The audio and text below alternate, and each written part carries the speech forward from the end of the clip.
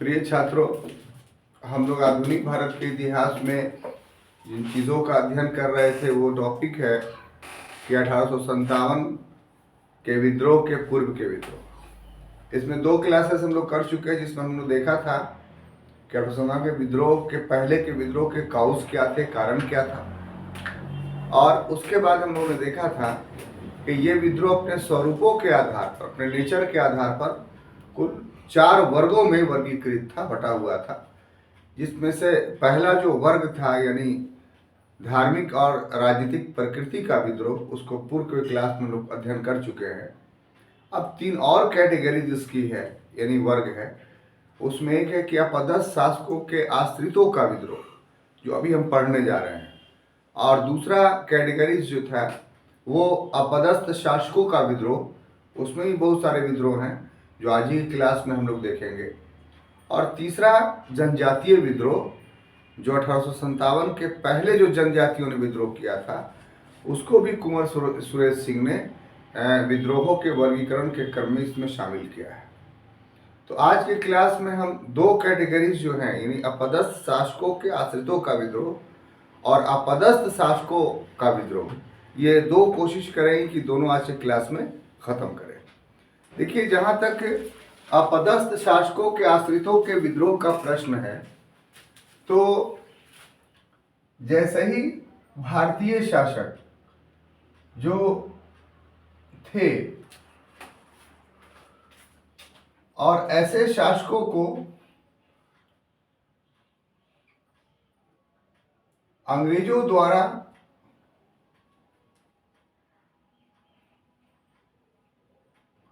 या अंग्रेजों ने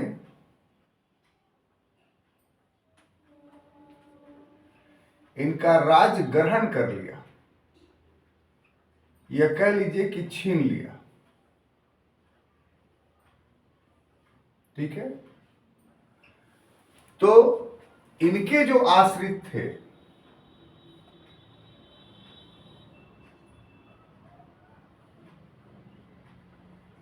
आश्रित कर्मचारी कह लीजिए,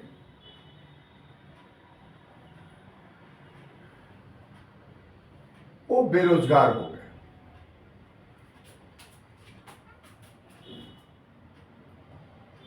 ठीक है ना। और ऐसी परिस्थिति में ये जो आश्रित कर्मचारी थे, इन्होंने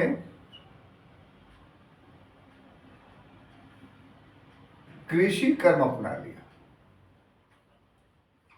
और जब इस कृषि कर्म में इनके साथ शोषण होने लगा, एक्सप्लॉयटेशन होने लगा, तो उस शोषण के विरुद्ध इन लोगों के द्वारा, यानी ये जो आश्रित कर्मचारी थे और जो बेरोजगार हो गए थे, इन लोगों ने विद्रोह किया। बात समझ में आई? तो पहले नेचर का जो हम लोगों ने विद्रोह देखा था, वो विद्रोह था कौन सा विद्रोह? तो ऐसा विद्रोह जो धार्मिक और राजनीतिक प्रकृति का था। आज जो विद्रोह देख रहे हैं हम लोग, वो विद्रोह ऐसा विद्रोह है कि जिसका नेचर जो था वो आश्रितता वाले लोगों का था। जो भारतीय राजा रजवाड़े थे, तो अंग्रेजों ने अपने ब्रिटिश साम्राज्य का जो विस्तार किया था, वो विस्तार इन राज्यों के कीमत पर किया था। इन राज्यों के कीमत पर किया था, इसका अर्थ यह हुआ कि इन राज्यों को हड़प लिया था। अब ऐसे राज्य जो देसी रियासत थे और अंग्रेजों द्वारा अपने साम्राज्य में मिला लिए गए, तो उनके राजा तो अपदस्थ हो गए, पद से हटा दिए गए। अब उस राज दरबार में जो भी कर्मचारी थे, चाहे जिस पद पर भी थे, अंग्रेजों ने उनको बहाल नहीं रखा। अंग्रेजों ने उनको हटा कर करके अपने द्वारा नए व्यक्तियों को बहाल किया। और ऐसा करने के पीछे जो कारण था वो ये कि अंग्रेज ये सोचते थे कि इनकी पूर्व के कर्मचारियों की स्वामी भक्ति जो होगी वो हमारे पक्ष में नहीं होगी, बल्कि अपने राजा के पक्ष में होगी। और ऐसे में उनको संभावना था कि ये हमारे राज के प्रति जो है वफादार ना होकर के किसी भी समय विद्रोह कर सकते हैं। तो ऐसे अधिकांश कर्मचारी बेरोजगार हो गए। तो जीविका तो चलानी थी, तो ऐसे में ये लोग कृषि का धंधा जो है वो करने लगे, खेती बाड़ी करने लगे। लड़ाई नहीं लड़ी अंग्रेजों से आरंभ में, खेती करने लगे कि ठीक है बेरोजगार हो गए। लेकिन जब इस खेती में ये जो कृषि कर्म था, इसमें नाना प्रकार का एक्सप्लॉयटेशन किया जाने लगा अंग्रेजों के द्वारा, तब ये जो बेरोजगार आश्रित कर्मचारी थे, इस शोषण के विरुद्ध में इनको विद्रोह कर दिया। तो ये दूसरे नेचर का जो विद्रोह है 1857 से पूर्व के काल का, वो इसी नेचर का है। तो इस तरह के बहुत सारे विद्रोह, लेकिन 3 प्रमुख विद्रोह हैं जिसके कारण ब्रिटिश शासन पर प्रभाव पड़ा, उनको सोचना पड़ा, या कुछ देना पड़ा, या बहुत ज़्यादा बल प्रयोग के द्वारा उनको दबाया गया। विद्रोह बहुत सारे हुए इस नेचर के, लेकिन इतिहासकारों ने इस प्रकार के 3 विद्रोहों को ही इंगित किया और परीक्षा के दृष्टिकोण से काफ़ी महत्वपूर्ण है। आमतौर पर लोग इसको नहीं पढ़ते हैं, छोड़ देते हैं, इसलिए आजकल का जो ट्रेंड आया है उस जीएस के सेक्शंस में भी इस तीनों विद्रोहों से कोई ना कोई प्रश्न जो है वो रहता है। इसलिए मेरी आपसे अपेक्षा है कि इस अलोकप्रिय विद्रोह को जो पूर्व में नहीं पढ़ा जाता था, उसको आप उसी तरीके से पढ़ें जिस प्रकार से धार्मिक और राजनीतिक विद्रोहों को देखा है। तो उसमें पहला जो क्रम है वो है रामूसी विद्रोह। पहला कौन है? रामूसी विद्रोह।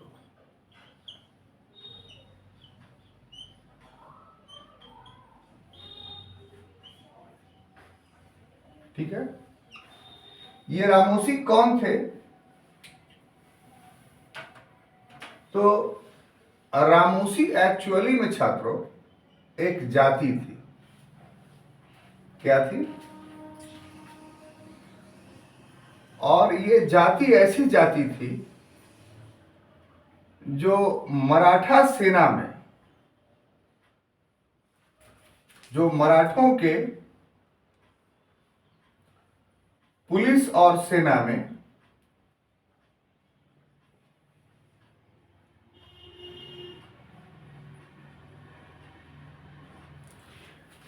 एक अधीनस्थ कर्मचारी थे।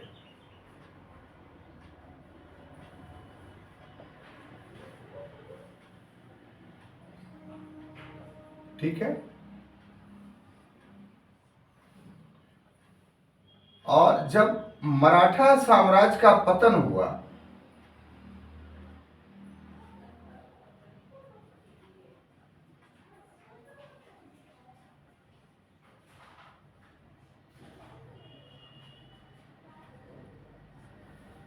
तो ये रामूसी जो थे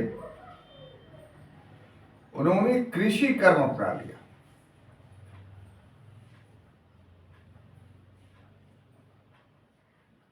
लेकिन जब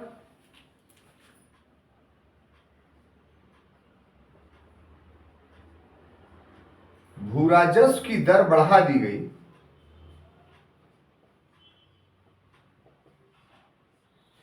तब इन रामूसियों ने इसके प्रतिक्रिया स्वरूप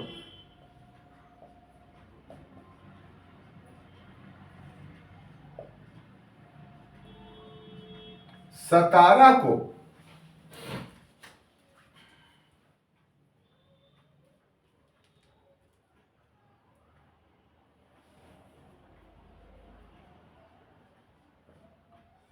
(1822 ईस्वी में विद्रोह कर दिया। पुनः हम लोग देखते हैं कि 1825-26 ईस्वी में अकाल के कारण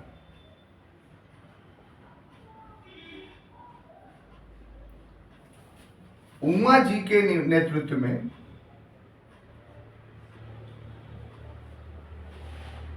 संपूर्ण दक्कन में विद्रोह किया।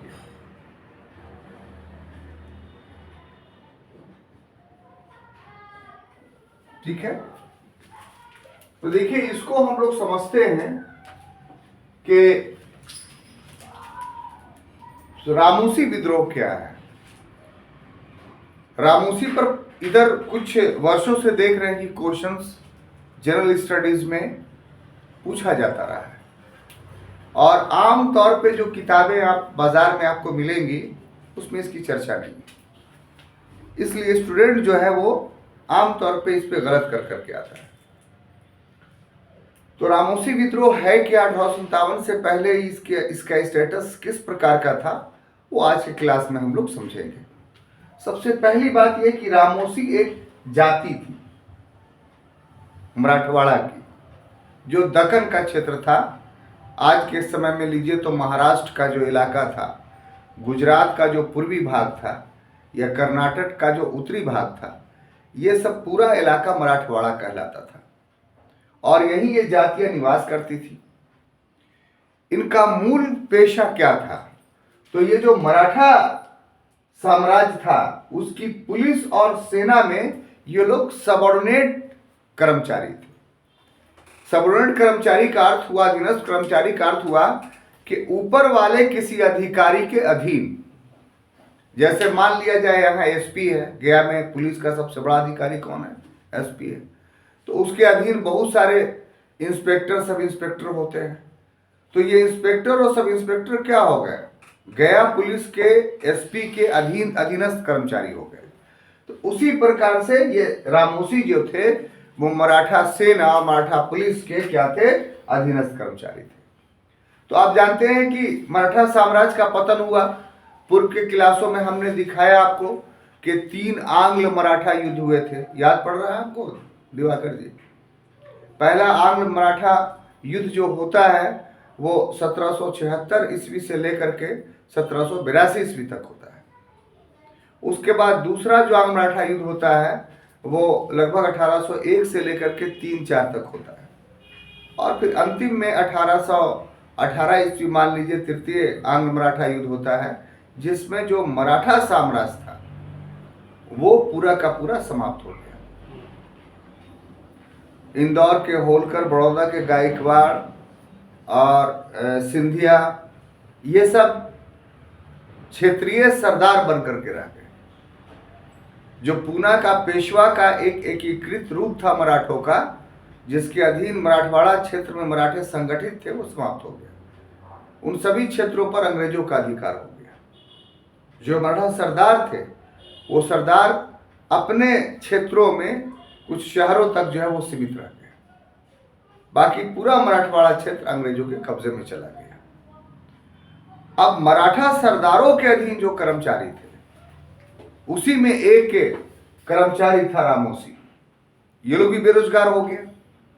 तो बेरोजगार होने के साथ इन लोगों ने अंग्रेजों के खिलाफ विद्रोह नहीं कर दिया, क्योंकि उस समय जो सत्ता परिवर्तन होता था तो उस सत्ता परिवर्तन में राष्ट्रवाद की भावना नहीं थी।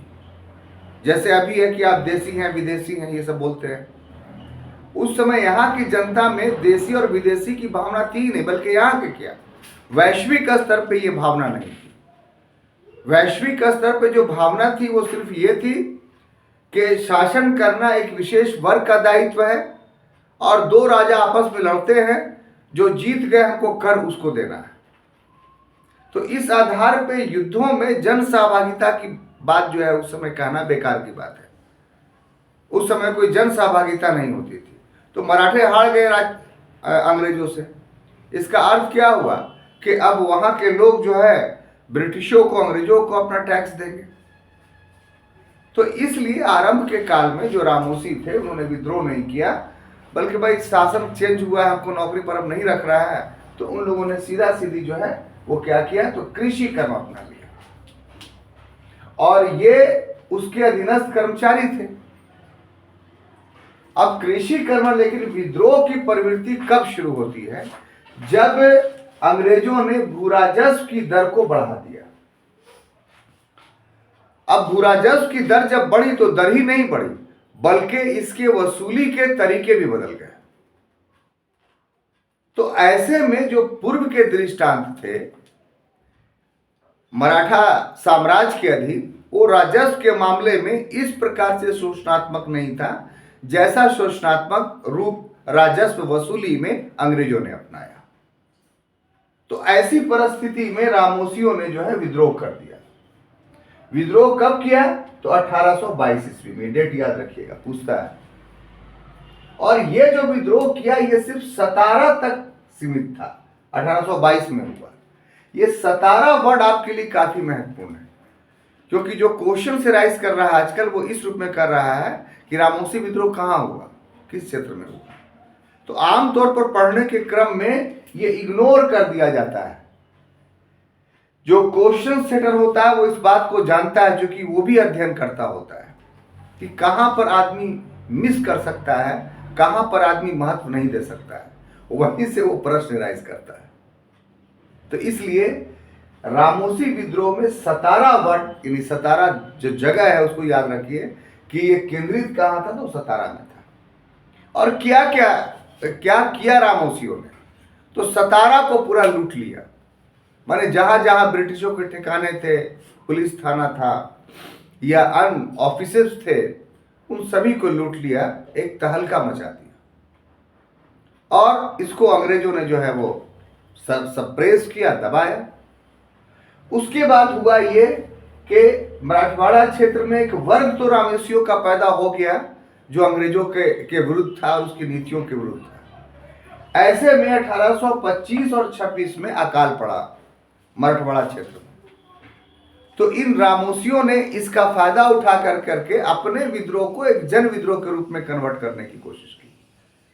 और 25 और 26 का जो विद्रोह था, जो अकाल के कारण हुआ, इसमें रामोसियों को एक नेता भी मिल गया। वो नेता का नाम क्या था? तो उमा जी। और इनका प्रभाव पूरे मराठवाड़ा क्षेत्र में था, इसलिए जो रामोसी विद्रोह था पूरे मराठवाड़ा क्षेत्र में फैल गया। अब देखिए कि अंग्रेज कितने चालाक थे। उन्होंने विद्रोह की गंभीरता को समझ लिया। तो रामोसियों से, यानी उमा जी से उन्होंने वार्तालाप की और उनकी समस्याओं को सुना। तो ऐसी परिस्थिति में जो रामोसी सैनिक थे उन लोगों को कुछ को जो है जमीनें दे दी कि आपको कुछ जमीन दे दिया जाता है, और कुछ को ब्रिटिश पुलिस में अंग्रेजों ने लॉर्ड कॉर्नवालिस के समय में ही पुलिस विभाग की स्थापना की थी। उसमें सबसे महत्वपूर्ण पद था दरोगा का। जो दरोगा का पद भी देखते हैं, ये लॉर्ड कॉर्नवालिस की देन है। सभी कुछ क्षेत्रों को मिला करके एक थाना बनाना, ये उसकी देन है। उसको उसमें एक दरोगा नियुक्त कर देना, ये उसकी देन है। एसपी बनाना, पुलिस कप्तान जिसको आप बोलते हैं, ये सब उसी समय से शुरू हुआ है। तो उस पुलिस सेना में, उस पुलिस प्रशासन में कुछ अनुषंगी पुलिस भी होते थे, जैसे जंगली पुलिस। जंगल में कोई बात हो रही हो तो उस पर नियंत्रण करने के लिए ग्रामीण पुलिस, इस टाइप का। तो इन लोगों को, रामोसियों को, ब्रिटिशों ने ग्रामीण पुलिस में भर्ती कर लिया, क्योंकि उन्होंने जाना कि ये जो है वो बेरोजगारी के कारण इन्होंने विद्रोह किया है। तो इसलिए अगर इनकी बेरोजगारी दूर कर दी जाएगी तो ये विद्रोह नहीं करेंगे। और ये भी जानते थे कि यदि ये इनकी बेरोजगारी दूर नहीं की गई तो आने वाले समय में ये सिर्फ स्वयं ही विद्रोह नहीं करेंगे, बल्कि इसको जन विद्रोह में कन्वर्ट कर देंगे, इसको मास रेवोल्यूशन बना देंगे। तब तो हमारी सत्ता को चैलेंज हो जाएगा। तो इसलिए समझदारी इसी में है कि इनकी मांगों को पूरा कर दिया जाए, इनकी बेरोजगारी को दूर कर दिया जाए। और वही अंग्रेजों ने किया, और इस ढंग से रामोसी विद्रोह 1826 ईस्वी के बाद दब गया। तो पूरा का पूरा स्टडी यही है रामोसी विद्रोह के बारे में। आपको इसमें शब्द क्या याद रखना है? वो पहला एक, रामोसी विद्रोह खुद क्या थी? तो जाति थी। क्या थे ये लोग? तो मराठा में पुलिस और सेना के अधीनस्थ कर्मचारी थे।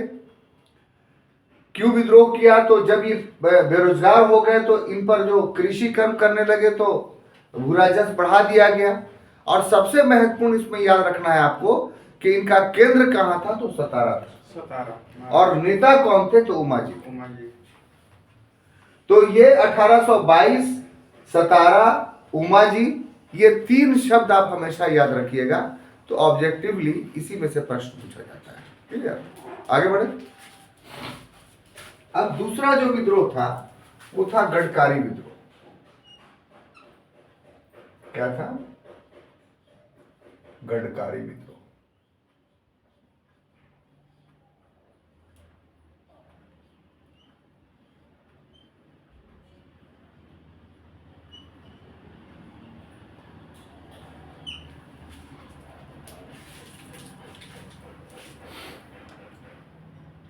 ये लोग कौन थे?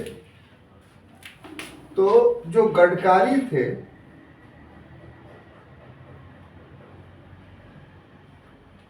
ये भी एक मराठा जाति थी।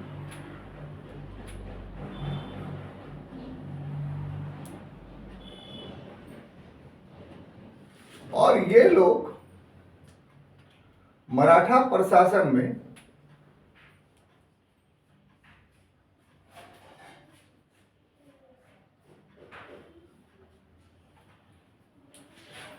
आनुवांशिक कर्मचारी थे।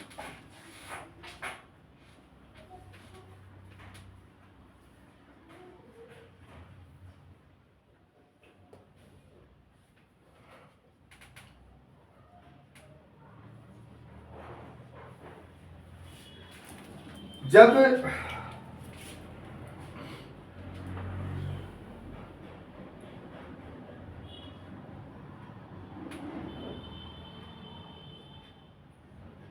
मराठा साम्राज्य के पतन के पश्चात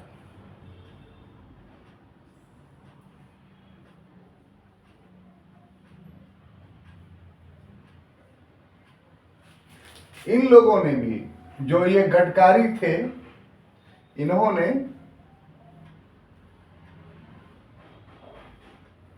कृषि कर्म अपना लिया। लेकिन जब इनका भूमि जो है गडकारियों की भूमि मामलतदारों के अधीन किया जाने लगा,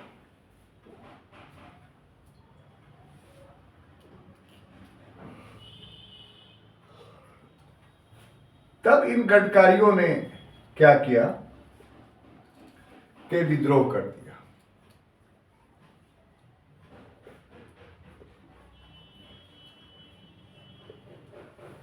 और इनका विद्रोह जो हुआ वो 1844 ईस्वी तक चला और कठिनाई से दबाया गया। कठिनाई से दबाया गया। ठीक है। तो गडकारी, जैसे अभी नितिन गडकरी हैं, जिन्होंने बहुत अच्छा काम किया रोडों का जाल जो भी आप देखते हैं वो इनका बहुत बड़ा वर्तमान समय कंट्रीब्यूशन है। तो ये गडकारी वास्तव में एक जाति है, कहाँ की? मराठा की। इसका नेचर क्या था? तो मराठा प्रशासन में ये लोग आनुवांशिक कर्मचारी थे। आनुवांशिक कर्मचारी समझते हैं?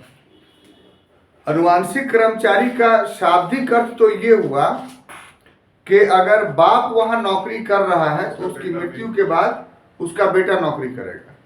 सामान्यतः ये अर्थ हुआ। लेकिन इसके अंदर छुपी हुई जो बात है वो ये है कि आनुवांशिक ये बने तो क्यों बने? क्योंकि कि विशेष कार्य के सिद्धस्थ थे ये लोग, स्पेशलिस्ट थे। माने एक प्रकार से कहिए कि वो काम वही कर सकते थे। जैसे उदाहरण के लिए अगर आप कीजिए तो जैसे कोई नाई है, हालांकि लोग नाई नहीं थे ऐसा मत समझ जाइएगा, हम एग्जाम्पल्स दे के समझाना चाह रहे हैं, इसीलिए ये बता रहे हैं। कोई धोबी है तो धोबी है, नाई है, ये सब स्पेशलाइजेशन वर्क है।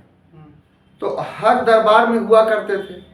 तो बाप है, अब बाप मर गया तो स्वाभाविक से बात है कि वो पेशा उसका बेटा सीखा, तो उसके जगह पर वो चला है।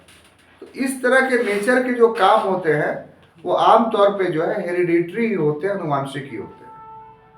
तो मराठा एडमिनिस्ट्रेशन में, मराठा प्रशासन में जो गडकारी लोग थे वो एक अनुवांशिक कर्मचारी थे। तो स्वाभाविक सी बात है कि जो अनुवांशिक थे इनको मराठों के द्वारा जमीन दी जाती हो, क्योंकि वेतन के रूप में जमीन देने की प्रथा भी भारत में पहले से चली आ रही थी। तो इन लोगों को भी अपने कार्य के बदले में जमीन जो है वो मराठा प्रशासन के द्वारा मिला हुआ था। तो जब मराठा साम्राज्य का पतन हो गया तो पतन के पास ये लोग बेरोजगार नहीं हुए, क्योंकि इनकी आय का तो आधार था जमीन, तो जमीन तो इनके पास रही, तो इसलिए बेरोजगार तो नहीं हुए। लेकिन ये विद्रोही क्यों बने? तो जो मराठा प्रशासन के द्वारा इन गडकरियों को जो जमीन दी गई थी, जब मराठा साम्राज्य खत्म हो गया तो भी उनके अधीन रही। फर्क क्या हुआ इनके साथ? तो फर्क ये हुआ कि पहले ये मराठा प्रशासन को टैक्स नहीं दिया करते थे, उसके बदले में सेवा दिया करते थे, और ये जमीन इनकी मिल्कियत थी। लेकिन जब मराठा प्रशासन समाप्त हुआ तब चेंजिंग आया इनके भूमि के पैटर्न में, ये कि अब ये जमीन अंग्रेजों की हो गई,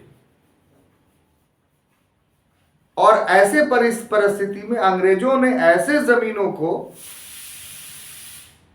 निगरानी रखने के लिए, अपने अधीन रखने के लिए एक पद सृजित किया, जिस पद का नाम था मामलतदार। और वो सारी की सारी भूमियां जो है मामलतदार के अधीन कर दी गई। मामलतदार का अधीन आज का सीओ मान लीजिए, ब्लॉक का जो सीओ होता है।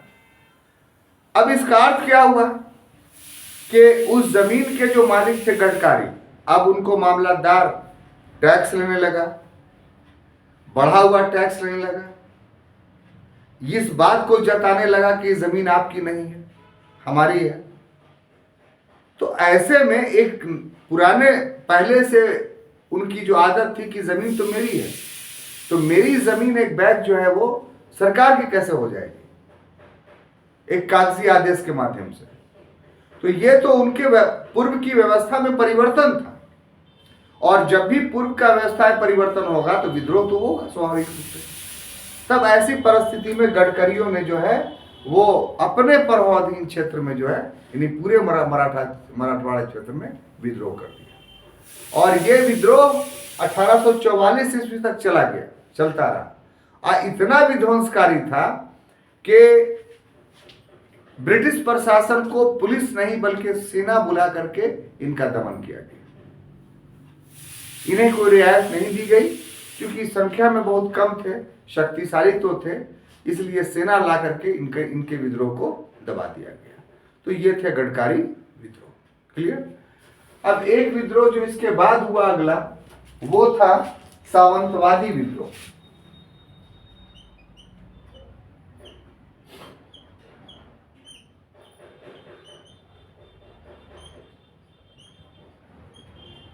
सावंतवादी विद्रोह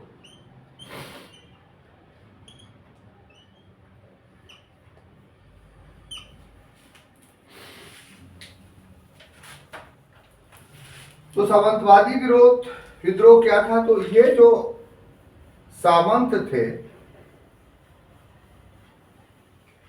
ये वास्तव में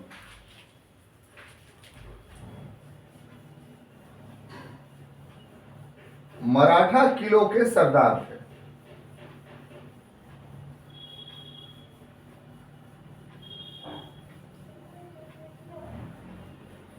ठीक है? और जब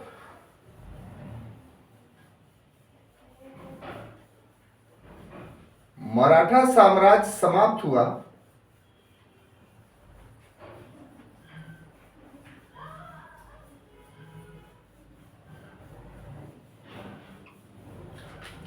तो ऐसी परिस्थिति में सामंत लोग संगठित हुए, और इसमें इनका जो नेतृत्व किया उनका नाम था फोर्ड सावंत।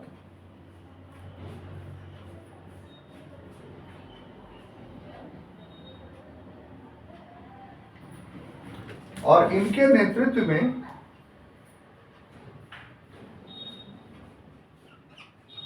भयंकर विद्रोह हुआ,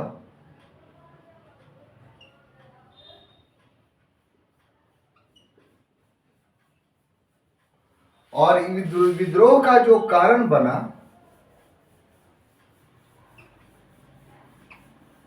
वो कारण बना मराठा किला।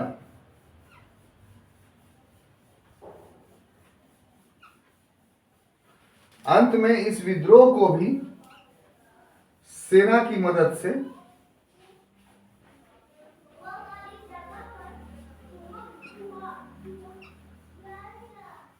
दबाया गया।